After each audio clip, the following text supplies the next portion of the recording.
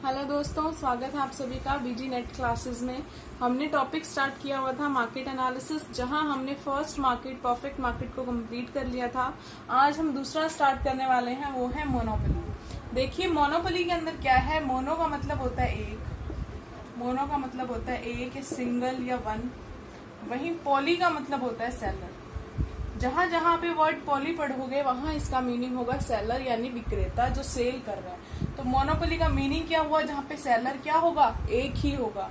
तो one seller and large number of buyers, यानी seller एक होगा लेकिन बायर्स काफी सारे होंगे। तो वो जो कंडीशन है वो मोनोपोली के अंदर आएगी। इसके कुछ अलग फीचर्स और हैं, वो कौन से हैं देखो। सबसे पहले है नो क्लोज सब्सटीट्यूट, यानी जो भी प्रोडक्ट आप सेल कर रहे हो उसका कोई भी सब्सटीट्यूट अवेलेबल नहीं है, यानी लोगों के पास या आपके कंज्यूमर्स के पास कोई और ऑप्शन नहीं है। फुल कंट्रोल ओवर प्राइस, अब आपका एक ही प्रोडक्ट है तो आप उसका प्राइस अपने अकॉर्डिंग ले सकते हो। हाई एडवर्टाइजमेंट कॉस्ट, आपको अपने प्रोडक्ट को मार्केट के अंदर लॉन्च करने के लिए काफी एडवर्टाइजमेंट कॉस्ट देनी पड़ेगी। Firm is a price maker, अब इसके अंदर सेलर एक ही है, यानी फर्म या इंडस्ट्री हम कुछ भी बोल दें वो एक ही है, तो फिर इसके अंदर प्राइस मेकर भी कौन होगी, वो फर्म। तो इसीलिए फर्म को क्या बोला गया, price maker. Elasticity of price is greater than one. Greater than one हमने जो किया था, समझा था पिछली क्लासेस में, जहां पे हमने पढ़े थे elasticity of price. Greater than one का क्या मतलब है, आपके प्राइस के अंदर कम चेंज हो रहा है, यानी प्राइस, मैंने सिर्फ एग्जांपल लिया है 10 और 20%, ताकि आप लोग को समझ आ जाए कि प्राइस अगर 10% से चेंज हो रहा है ना, तो क्वांटिटी उसकी 20% से चेंज हो जाएगी, यानी प्राइस से ज्यादा चेंज किसमें आ जाएगा, क्वांटिटी में आ जाएगा। Restriction on entry and exit, यानी कोई भी नई फर्म ऐसा नहीं है सडनली मार्केट में आ गई, उसको कुछ रिस्ट्रिक्शंस को फॉलो करना पड़ेगा। लाइसेंस है या कोई भी और कई रिस्ट्रिक्शंस हो सकती हैं। और ये जो है वो ओरिजिनल मार्केट है, यानी ये मार्केट एग्जिस्ट करता है। परफेक्ट तो हमने क्या किया था, इमेजिनरी स्टेट है, लेकिन मोनोपोली हमारे लिए क्या है, ओरिजिनल मार्केट है। तो अब इसके आगे कुछ कंडीशन वही सेम हम परफेक्ट मार्केट की तरह पढ़ेंगे, जिसमें हमने किया था प्राइस एंड आउटपुट डिटर्मिनेशन और इक्विलिब्रियम एक्सेट्रा। तो चलिए देखते हैं वो आगे। देखिए अब हमने करना है डिटर्मिनेशन ऑफ इक्विलिब्रियम पॉइंट, यानी नो प्रॉफिट नो लॉस का पॉइंट। इसके अंदर हम सिर्फ एक अप्रोच पढ़ेंगे, एमआर एंड एमसी अप्रोच, क्योंकि हमारे लिए हर पॉइंट ऑफ व्यू से सिर्फ एक यही अप्रोच इंपॉर्टेंट बनती है। इसमें देखो सबसे पहले हमें पता होना चाहिए एमआर कर्व बनेगा कैसे। तो इसका जो एमआर कर्व बनेगा वो बनेगा ऐसा।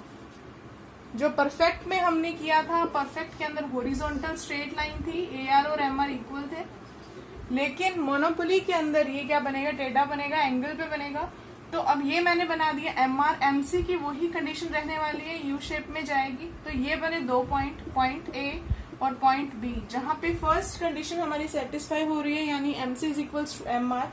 लेकिन मुझे अभी दूसरी भी करनी है कि एमसी कट करेगी एमआर को, कहां से, नीचे से। तो वो कंडीशन कहां पे फुलफिल हो रही है, पॉइंट नंबर बी पे, जहां पे एमसी एमआर को बिलो से काट रही है, नीचे से काट रही है। तो इसीलिए जो हमारा इक्विलिब्रियम पॉइंट है वो कौन सा हो जाएगा, बी पॉइंट, जहां पे नो प्रॉफिट नो लॉस की कंडीशन है। अब चलते हैं प्रॉफिट या लॉस हम कैसे डिटरमाइन करेंगे। तो वही दो मैंने ले लिए, शॉर्ट रन और लॉन्ग रन के अंदर। इनमें कोई ज्यादा डिफरेंस नहीं आएगा, सिर्फ कर्व का फर्क पड़ेगा। परफेक्ट के अंदर एआर और एमआर स्ट्रेट लाइन थे, वहीं यहाँ पे टेढ़े बनेंगे। तो देखो फर्स्ट कंडीशन एआर और एसी जहां पे मेरी इक्वल होने वाली है, तो ये मैंने बना दिया एमआर, ऐसा ही बनेगा एआर। फर्क क्या होगा, एमआर फास्ट रहने वाला है किससे, एआर से, तो एमआर बनेगा पहले और एआर बनेगा बाद में। अब इसने बोला एआर और एसी को इक्वल करना है, लेकिन सबसे पहले इक्विलिब्रियम फाइंड करने के लिए मुझे एमसी भी बनाना पड़ेगा। तो ये मैंने बना दिया मेरा एमसी। तो यहाँ पे मेरा क्या आ गया, इक्विलिब्रियम पॉइंट, इस पॉइंट पे पी क्यू मेरा आ गया इक्विलिब्रियम पॉइंट। अब मुझे बनाना है इक्वल टू एसी एआर के, तो फिर ये बनेगा इस तरीके से, एसी एआर के इक्वल हो गया इस पॉइंट पे, जहां से एमसी भी इसको कट कर रहा था। तो ये जो कंडीशन है मेरी P1 और Q1, ये कंडीशन क्या है, नॉर्मल प्रॉफिट है, यानी बहुत ही नॉमिनल सा प्रॉफिट होने वाला है, almost no profit no loss. ये कंडीशन मैं यहाँ पे मान के चलती हूँ, जहाँ पे मेरा एआर और एसी इक्वल हो जाते हैं, यानी फर्स्ट कर्व के अंदर मुझे क्या होगा, नॉर्मल प्रॉफिट एनपी। अब चलते हैं दूसरे कर्व में, सेम वही बनाना है मुझे, एमआर, ये बना दिया एआर, इक्विलिब्रियम पॉइंट बना दिया मैंने एमसी यहाँ पे, पी और क्यू। अब देखिए मुझे एआर बनाना है ग्रेटर देन एसी, यानी एआर बनेगा ऊपर एसी से, ये बनेगा ऐसे इस पॉइंट पे। तो ये सारा ये सब क्या हो जाएगा मेरे पास, प्रॉफिट का पॉइंट। क्लियर? जहां पे जितनी ज्यादा मेरी AR ऊपर होगी उतनी ही AC मेरी कम होगी, तो फिर यहाँ पे मेरे लिए हाईएस्ट प्रॉफिट की कंडीशन मेंटेन हो जाएगी। तो इस यहाँ पे इसको क्या बोला जाएगा? अब नॉर्मल प्रॉफिट, यानी काफी अच्छा प्रॉफिट मुझे मिलेगा। इसको अब नॉर्मल या सुपर नॉर्मल प्रॉफिट भी बोल सकते हैं। दूसरे में चलते हैं, जहां पे AR जो है वो AC से कम होगा, तो वही मैंने बनाया MR, ये बनाया AR, ये बना MC। अब क्या करना है मुझे? AC को ऊपर से लेके जाना है, ये जाएगी AC मेरी जो AR को टच नहीं कर रही है, तो ये जो पूरा एरिया हो जाएगा ये किसका हो जाएगा? लॉस का। तो शॉर्ट रन के अंदर जहां पे मेरी AR AC से कम होगी वहां पे मुझे क्या हो रहा है? लॉस हो रहा है। तो क्लियर है ये तीनों कर्व्स। अब चलते हैं लॉन्ग रन में। लॉन्ग रन के अंदर हमेशा मेरी ये कंडीशन क्या होगी? LAR is greater than LAC, यानी मेरे पास एवरेज रेवेन्यू बड़ा होगा एवरेज कॉस्ट से। तो जब बड़ा है तो यहाँ पे कंडीशन किसकी है?